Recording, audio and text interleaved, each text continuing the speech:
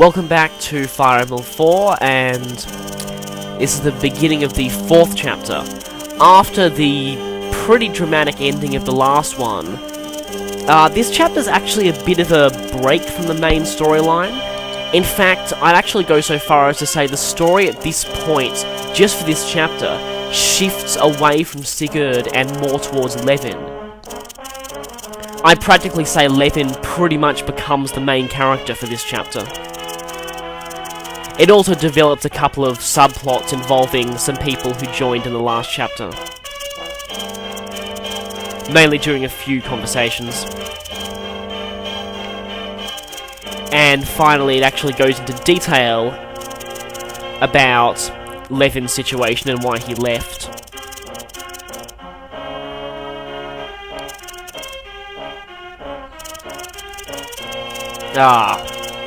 Duke Dakar, brother of the king, and yet another palette swap.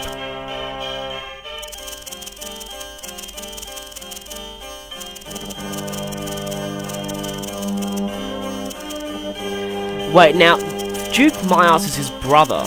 If you recall in Chapter 2, the people who originally used those palettes were father and son. Now, they've palette swapped them and said they're brothers. Which still kind of works.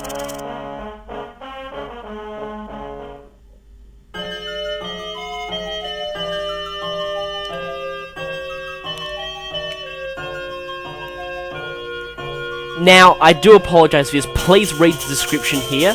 There's a very, very important conversation here that kind of glitched up in my translation. It is pretty significant. I'll upload the whole thing into the description. Make sure you read it, because it's very important. And now, like I've reminded you of various times, Kuan, Ethlin, and Finn are going to be leaving. And they will be missed, even Ethlin. It is a good thing having a mounted healer. We'll kind of have to make do with Lachesis for that role now.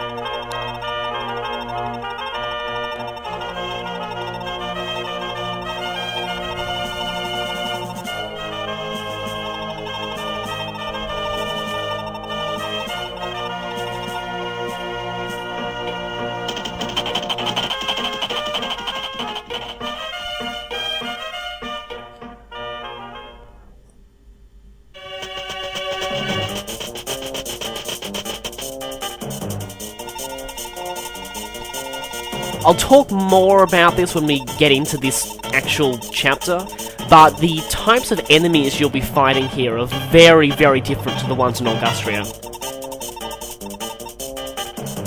It's pretty much all Pegasus Knights and Mages, which, as you might imagine, requires a very different strategy.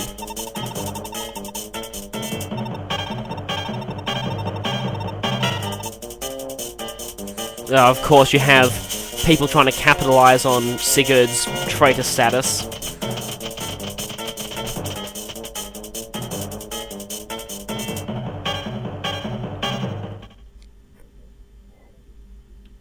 And now, because that intro was a little shorter than I would have expected, I'm going to cut in the first part of the battle preparations here.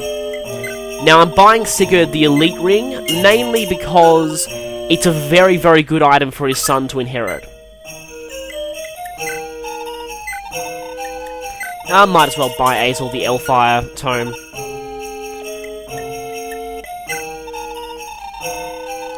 And he doesn't need that leg ring, especially considering the class he is about to promote into. Yeah, even though I haven't really used Azel all that much, I did manage to get him promoted through a bit of frustrating resetting in the arena. It certainly does help. The main reason these preparations were a little longer than I would have expected is because quite a few characters managed to get promoted here. And if you're playing this game, this is about the point where most of your main parties should be promoting by now. Especially the mounted characters, because later on in this chapter there's a certain point where, let's just say, unpromoted mounted characters are almost useless.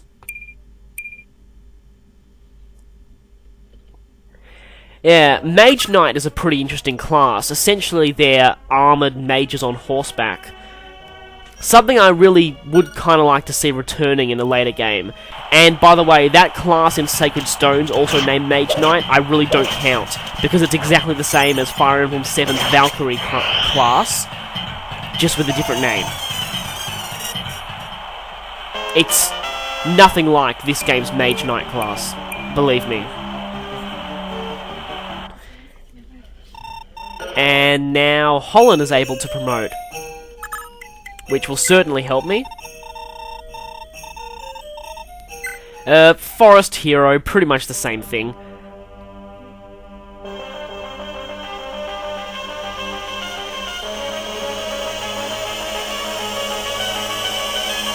Only difference is they can't use axes, but by this point in the series, heroes never actually used axes anyway. Would be useful if they could in this game. And that significant boost in skill means, hopefully, more Lunas, which is definitely a good thing.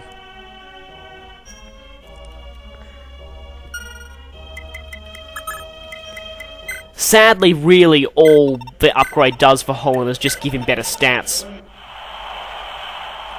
There aren't any special skills or extra weapons.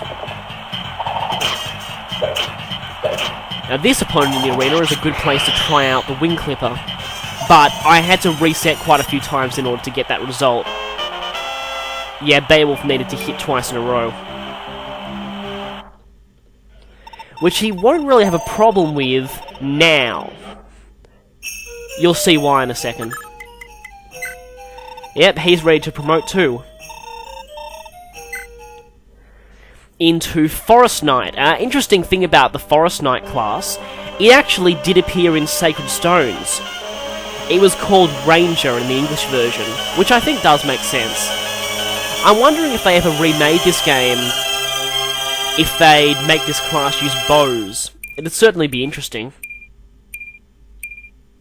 And that was a pretty massive increase in skill there. For some reason, this class has a really absurdly high skill cap, and gets like +9 on promotion, so he won't have any hitting trouble anymore. He also gets continue.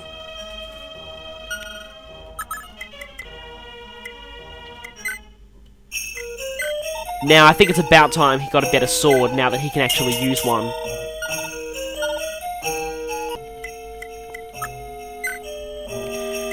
Now, Ira needs no help in the arena. Now that she has this sword, you just watch. She's practically invincible in the arena now. I haven't really shown the arena properly, so I'll just talk through the first few opponents here. The first one's a Wind Mage. Pretty basic stuff. Most physical users shouldn't have much problems if they can hit them twice. Now the second guy is a Paladin. Yeah, they are starting to step things up a bit. He's not all that strong, but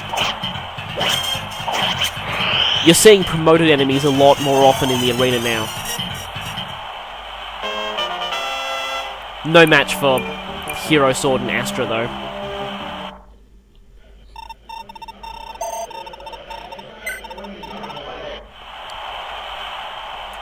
Now the third opponent is a Forest Knight, who is basically just a better version of the second one, but slower characters might need to beware that he does have continue, and he may activate it a few times.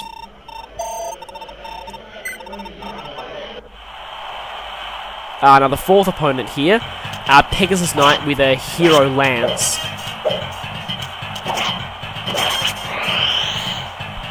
Actually quite annoying for most people. Not really for Ira, but for most people. Now the sixth opponent, a Mage Knight with a shield ring, who can be very serious problem actually for, I think I can safely say, unpromoted characters who don't have overpowered skills and weapons like Ira does, but most unpromoted characters in general can't really get past this guy. You need to be able to hit him pretty hard, or be a magic user, or be able to dodge really well.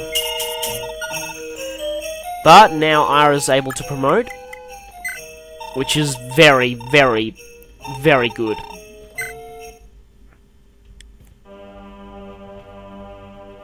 This was actually the first game in the series to feature the Swordmaster class. I think I've mentioned that before, but they didn't actually start getting the critical bonus until later on, so they don't have a critical bonus in this game, but they do get the continue skill, which for Ira amounts to even more brokenness, because she now has Pursuit, Astra, Continue, and a weapon that allows her to attack twice per round, which pretty much amounts to instant death to anything she gets the first strike on.